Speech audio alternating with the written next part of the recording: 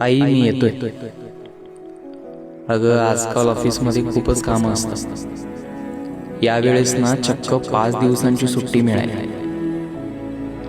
पण अगं, मला माफ कर. सुट्टीसाठी तुझ्या आजारपणाचं कारण सांगावं लागलं मला.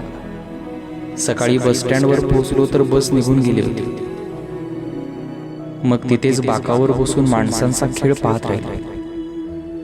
कोणाची तरी वाट पाहणारे डोळे, लेकरांना सावरणारे आई बाप आणि सुटणाऱ्या गाड्यांमागे धावणारी स्वप्न. हे सगळं उघड्या डोळ्यांनी बघण्याच्या नादात गाडी केव्हा लागली कळलंच नाही. आता लहान नाही ना राहिलो आई. बाबांच्या खांद्यावरून खिडकीतून आत उडी टाकायला आणि जागा पकडायला.